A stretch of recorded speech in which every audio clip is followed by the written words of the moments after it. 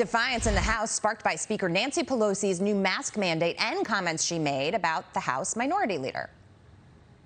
Consistent with the newly updated guidance from the Office of the Attending Physician related to the increased threat from the Delta variant of the virus, the chair wishes to inform all members and staff that masks will once again be required in the hall of the House. Leader McCarthy says it's against the science.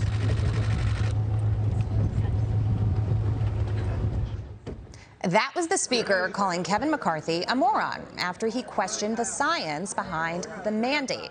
Nearly 40 maskless Republican House members walking out in protest later in the week, traveling to the Capitol's Senate side where there is no mask mandate. Florida Congressman Byron Donalds was among them. He joins me now. Congressman, welcome. How does this play out in the House and across the country where indoor mask mandates are returning now? Well, first of all, let me just say that a lot of this stuff really comes down to actually showing the information that you have. The CDC has not, to this point, has not given out the information. Speaker Pelosi hasn't given out the information. And so she just shows up one day and says, we're wearing masks. Meanwhile, in the Senate, they have no mask mandate. For the American people to understand this, in the House of Representatives today, roughly 75% to 80% of the members are fully vaccinated. In the Senate, all the members are vaccinated.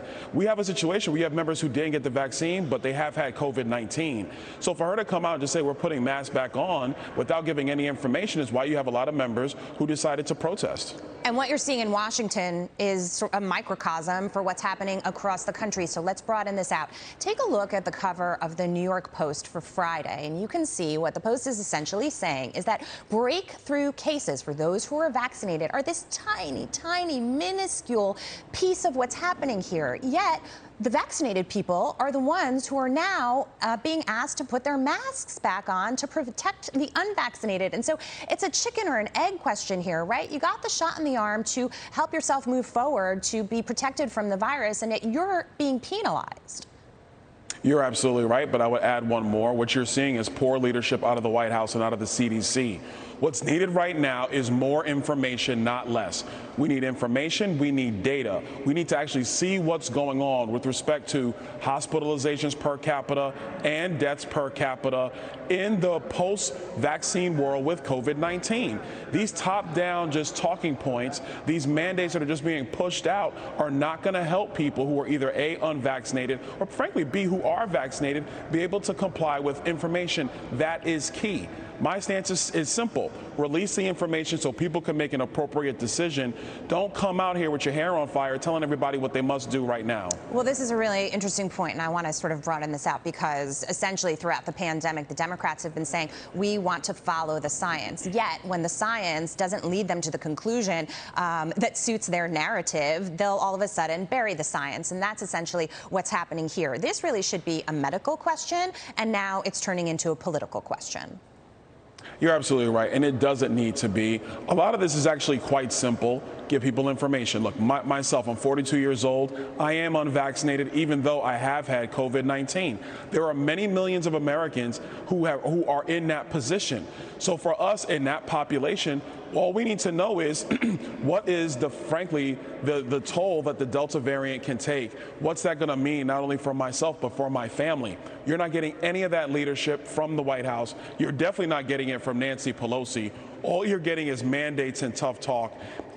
And the other thing we should be doing is actually, if you want to start, let's bring back more robust testing again. Testing is widely available. What they should have said is we need people to go back and start testing more and more so we can actually be able to handle and understand how far the Delta variant has spread through the country. But we're not doing that. And unfortunately, they're just pushing vaccines. And I don't want to talk ill of vaccines. The vaccines do work. They are phenomenal. The front page of the New York Post shows that. But you got to give people all the information, not just political talking points. What about the direction that we're going in as a country with corporations mandating that you need a vaccine to return to work? A lot of big tech companies are doing that. And there's a trickle-down effect. It sort of sets the stage for what small businesses should do. But small businesses are in a more vulnerable, difficult position. They're lucky to be alive, many of them right now, saying we don't want to mandate a vaccine or even mask wearing because we don't want to turn customers away at the door. Listen, I think it's a bad precedent. I really do. What corporate America needs to do is make sure that their employees have all the information to be safe, like I've been saying throughout this entire interview. But for them to come out and mandate that you have to be vaccinated just to go to work, I think it's a bad situation, not just in our economy, but in the way our country works. Our health information, our health care is a personal decision. It is not for CEOs to mandate what you can and cannot put into your body with a vaccination. I think it's a very bad decision. It sets a bad precedent, and actually will hope that many companies in our country don't follow the path, frankly, of a lot of these companies out of Silicon Valley who tend to be very liberal anyway. In the last moments that I have with you, let me ask you about President Biden. And yesterday he was talking about incentivizing Americans, even monetarily, to get vaccinated. You know, there are a lot of folks who said, I got the shot and I didn't get anything for it, for being responsible early on.